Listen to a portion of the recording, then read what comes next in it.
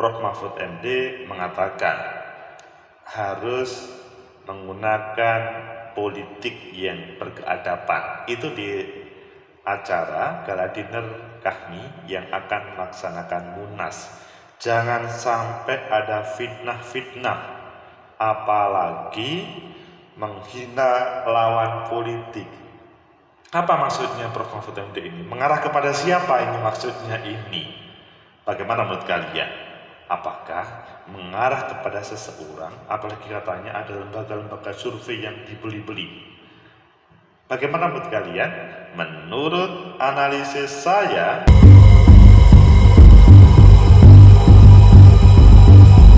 Assalamualaikum warahmatullahi wabarakatuh. Salam sejahtera untuk kita semua. Pecinta masa depan negeri, tegakkan kebenaran, lawan ketidakadilan. Itulah Prof. Mahfud MD yang menjadi salah satu ikon pada gala dinner Munas kami. Ayo kita baca di beberapa media apa maksud dari pernyataan beliau.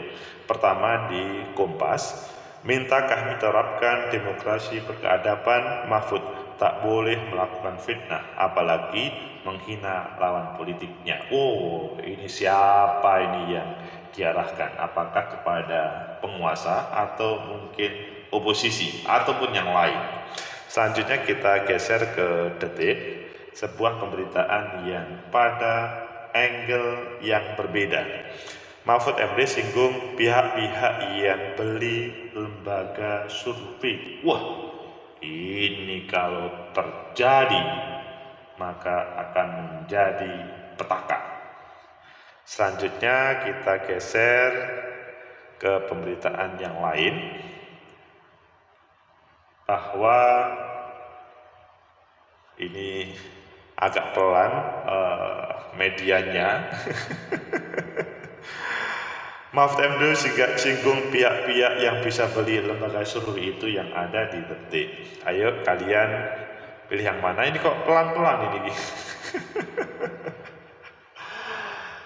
Pecinta masa depan negeri, kalau melihat dua judul tadi, nanti kita singgung yang ketiga, kalian pilih yang mana? Pasti kedua-duanya menarik. Kalau kita melihat Mahfud MD singgung pihak-pihak yang bisa beli lembaga survei, maka ada sebuah indikasi berbagai lembaga survei yang ada saat ini bukan yang sebenarnya, tetapi itu beli-beli. Kalian pernah mendengarkan lembaga survei yang itu pasti sudah dibeli, terbeli, misalkan oleh kelompok oligarki atau oleh kelompok yang politik? Itu membahayakan kalau terjadi yang sebenarnya. Bisa-bisa itu menjadi bias hasil dari survei yang ada. Dan kalau melihat mengapa sih lembaga survei itu tidak diperbolehkan menampilkan, maksudnya pada waktu menjelang pemilu itu tidak boleh menampilkan, lebih khusus semacam pada hari tenang. Mengapa? Itu supaya terjadi independensi para pemilih, tidak diintervensi oleh lembaga survei yang sebetulnya sudah dibeli oleh orang-orang yang tidak bertanggung jawab. Tujuannya adalah memenangkan seorang calon. Tegakkan kebenaran, lawan ketidakadilan. Kami diharapkan oleh Mahfud MD menjadi sebuah organisasi yang ketika berpolitik, tidak hanya kami saja ya, seluruh anggota kami ataupun seluruh masyarakat umum, itu bagaimana berpolitik berkeadaban. Ya, di situ menampilkan sebuah adab. Jadi pasti ini adalah sesuatu yang ideal oleh seluruhnya. Tidak ada yang menolak. Mungkin ada sebagian yang mengkritisi ya. Mengkritisnya bagaimana? Masa sih itu bisa dilakukan?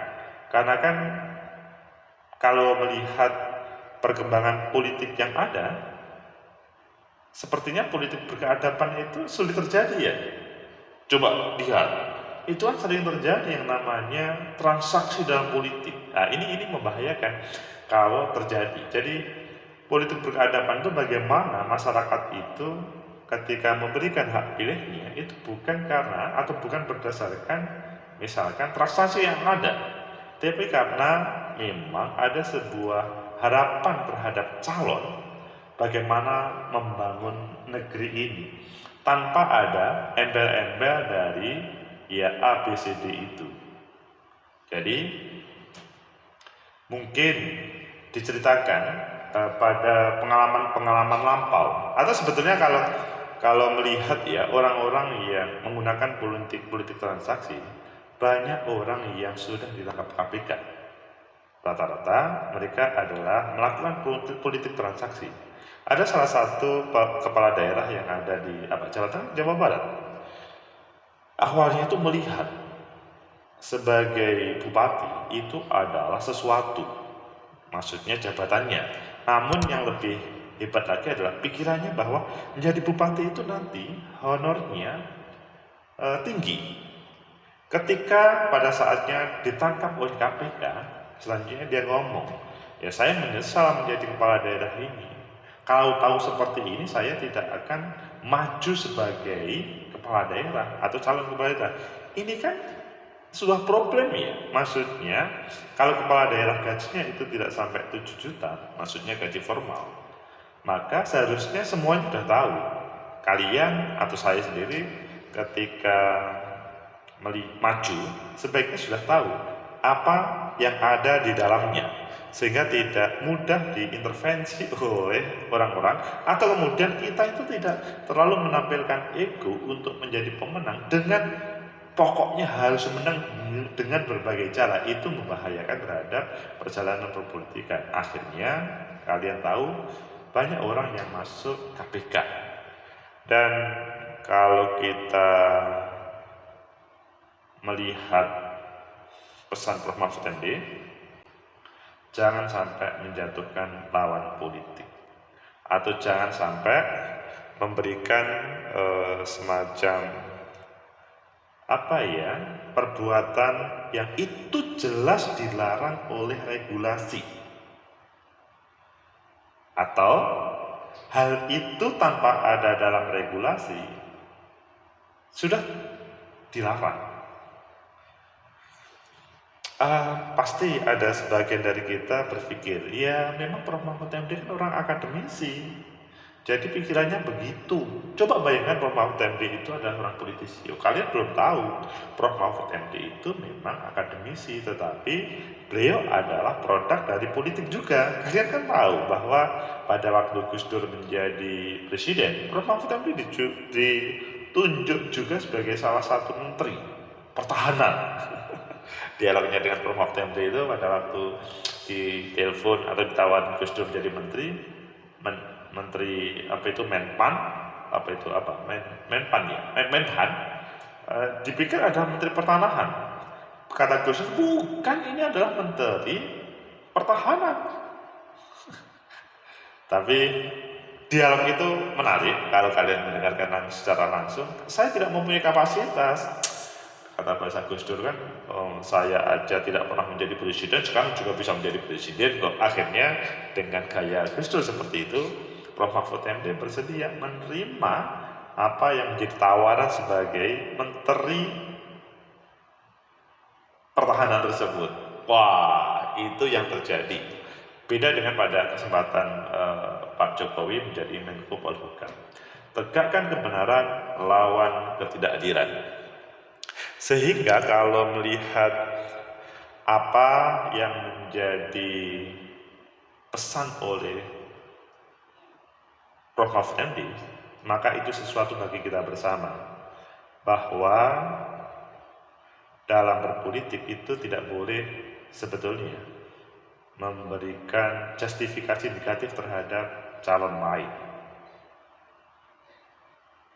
black campaign terhadap calon lain. Ini kok sangat teoritis sih. Maksudnya gini loh, kita masih teringat ya pada pemilu 2019 ya, seakan-akan kubu pro Jokowi sama Pak Prabowo itu face to face, berhadapan-hadapan.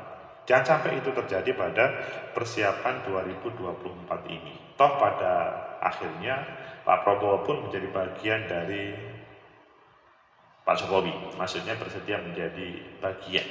Dan yang lebih penting adalah memang dalam proses kontestasi politik menampilkan gagasan terbaik itu boleh-boleh saja dengan berbagai cara untuk meraihnya, tapi tidak boleh dengan menjelek-menjelekkan atau menjustifikasi, men-adjust, memberikan penilaian negatif terhadap, apalagi misalkan jelas-jelas melakukan hal yang dilarang, misalkan memberikan berbagai informasi hoax yang itu menyudutkan orang yang sebetulnya juga ada yang mendukung. Itu kan bahaya. Tegakkan kebenaran, lawan ketidakadilan. Jadi negeri ini menjadi aman kalau merefleksikan pada suasana 2019, yaitu Pak Jokowi sama Pak Prabowo yang awalnya berkompetisi ketat, selanjutnya menjadi satu.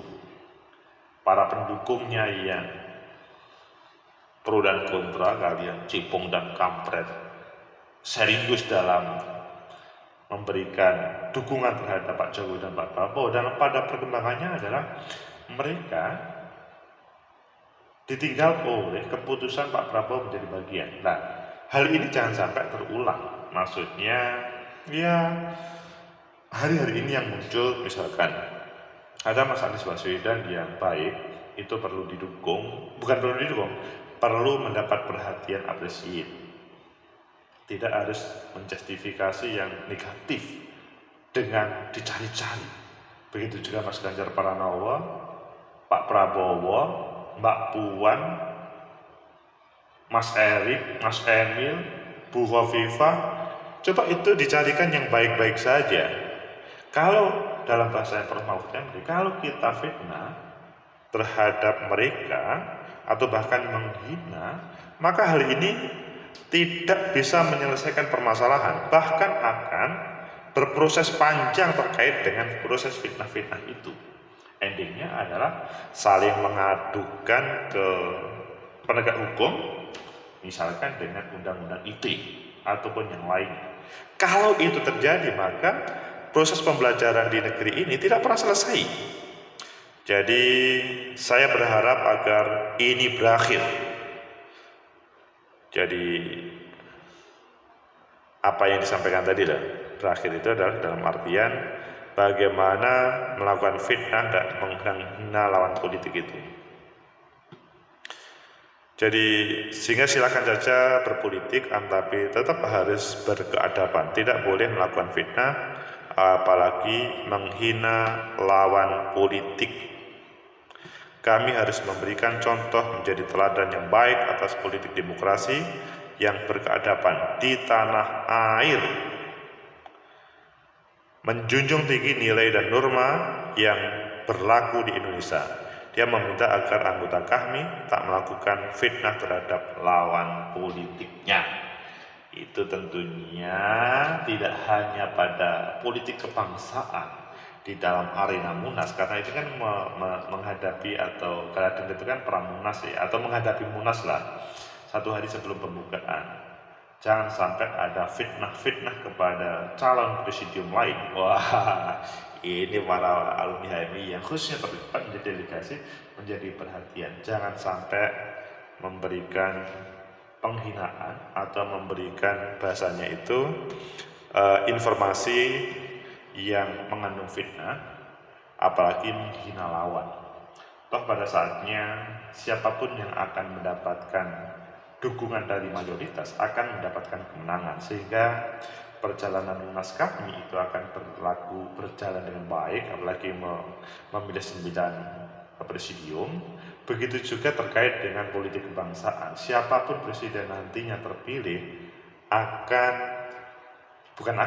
adalah yang terbaik. Adapun mereka yang kebetulan belum menemukan kemenangan, belum tentu itu adalah yang terjelek, tapi ya kemungkinan lawannya adalah masih lebih baik dan masih ada contoh, maksudnya kesempatan yang lain.